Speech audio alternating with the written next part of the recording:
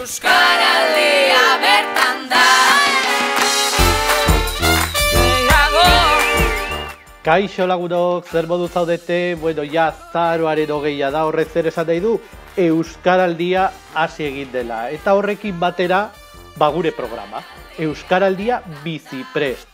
Egunero, asteburuak enduta, zuek iregongo gara eta bideotxo batzuk egingo ditugu, pixkatxo bat alaitzeko eta entretenitzeko eta ongi pasatzeko. Ez naiz bakarrik egongo, programa hau beste pertsona batekin eginen dut, ni hau bizi rola izanen dut, eta beste pertsona hori ikusten duzu hemen daukat, Pablo Asiero Belar, bestaldera Pablo. Hori, Kaixo. Pablo Asier da, eta, bueno, ni gero aurkeztuko naiz, asdadila Pablo aurkezten, bera belarri prest izanen da. Pablo, konta iguzu. Kaixo, Mikel. Bueno, ni Pablo Asier naiz, ni 27 urte ditut, eta ni euskaldun berri naiz, así que poliki vamos a intentar entretener esta semana, estos días de Euskaraldia, con estos programillas, a ver qué tal nos sale. Ya sabes que yo llevo muy poquito estudiando euskera, entonces aquí estoy para aprender de ti.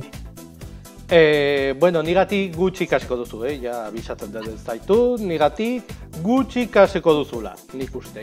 Baina, bueno, azaldu beharra daukat, bueno, Pablo esan duen bezala astetxo batzuk darama aekan euskera ikasten, eta oraindik ez dauka euskera hitz egiteko gaitasuna. Orduan, bera hitzen bat edo esaldiren bat euskaraz saiatuko da esaten, baina normalean erderaz eginen du. Baina ni egingo diot euskera hutsean. Beraz, zerbait ez baldin badidazu ulertzen, Pablo, moztu, esaidazu eta inongo arazorik gabe. Eta, kampanilla, bai, azaldu barra daukat, zergatik Pablo daukan kanpaitxo txiki hori. Zer da, Mikel? Kanpaitxo bat, kanpai txiki bat. Baina orain azalduko dut. A ber, begira, ikusten duzue pote perekin, pote hau, bueno, zergatik izaten dut nik pote hau. Bueno, erderaz esaten dudan hitz edo esaldi bakoitzeko, pote honetan 5 zentimo jarri beharko ditut.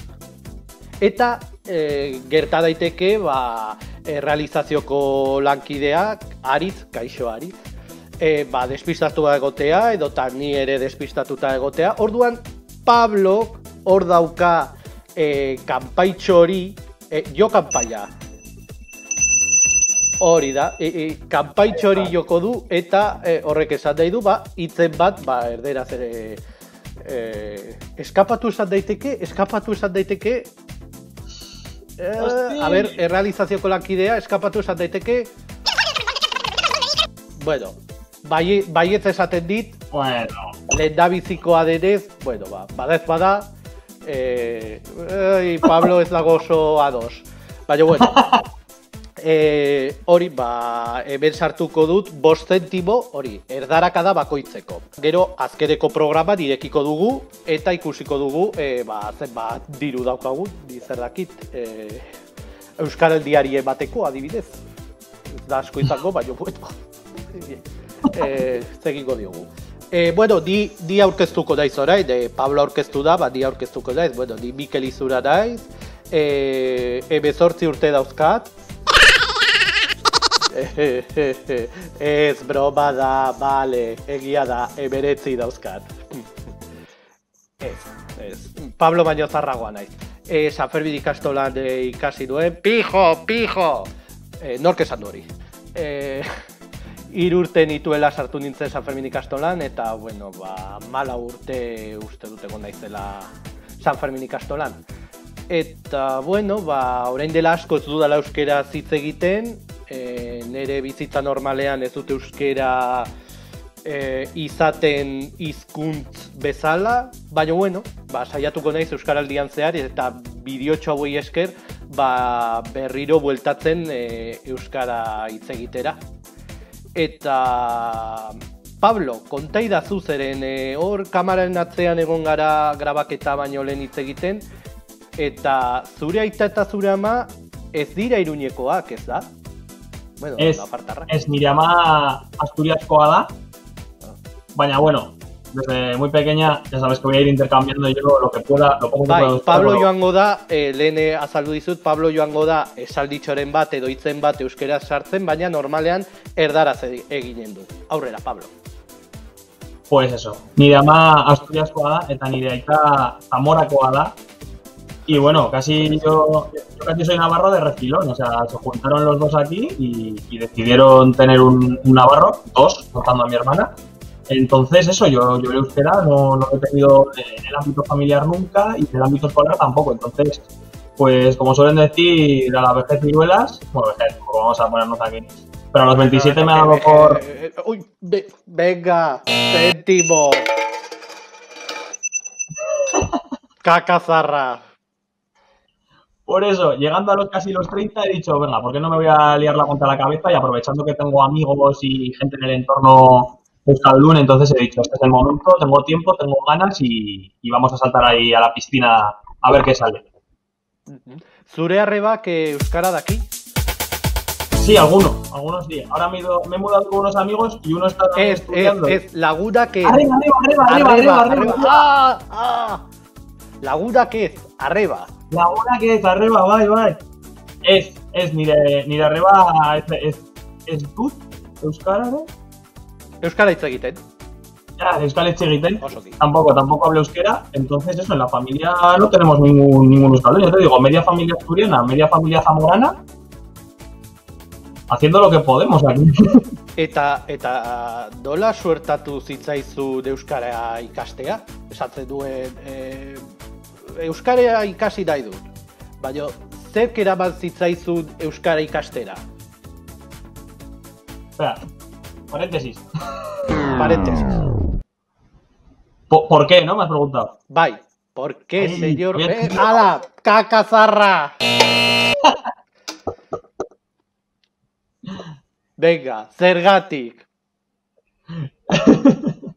Por lo que te digo, al final, de aquí toda la vida, yo navarro de toda la vida, me gusta la música en euskera, me gustan películas en euskera, me gustan muchos grupos y escritores vascos también, y les he leído en castellano, pero claro, también tenía ganas eso de aprender pues, más sobre la cultura de mi tierra y ya te digo, nunca había tenido tiempo para estudiar euskera propiamente dicho, y ahora que se han dado las circunstancias en este maravilloso 2020 que se nos ha quedado, he dicho, es el momento. Bai, 2020 urte oso ona izan da, bai, eta izaten ari da, bai, agitzona. Lehendabiziko programa hau pizkatxo bat aurkezpen, aurkezpen gisa egin nahi genuen, pizkatxo bat bai Pablo, bai ni pizkatxo bat aurkezteko. Eta jakin ezazue programa bukatzeko, ikusten duzue ez direla oso luzeak izango. Ez dugu txapasko botako. Edo agian bai. No. Programa guztietan beti bukatuko dut, edo bukatuko dugu, edo Pablo edo ni, liburu bat zuei gomendatzen. Uste dut Pablo neri tokatzen zaidala liburua gomendatzea.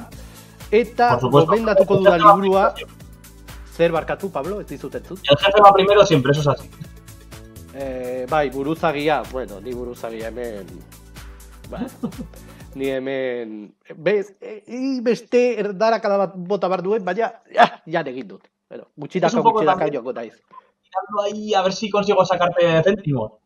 Ja, baina zaila izaten da. Edo ez, nire kasuan ez dakit. Bueno, dispersatzen ari naiz.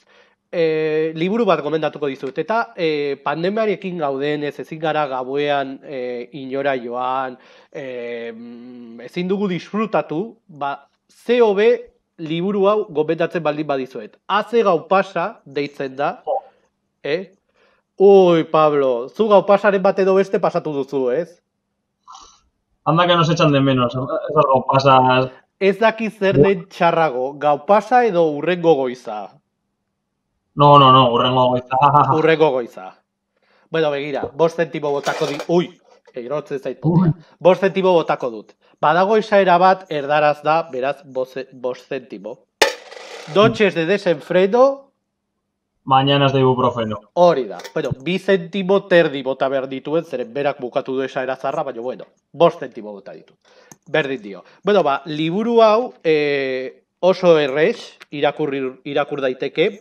Ibai Zabal argitaletxeak argitaratu zuen.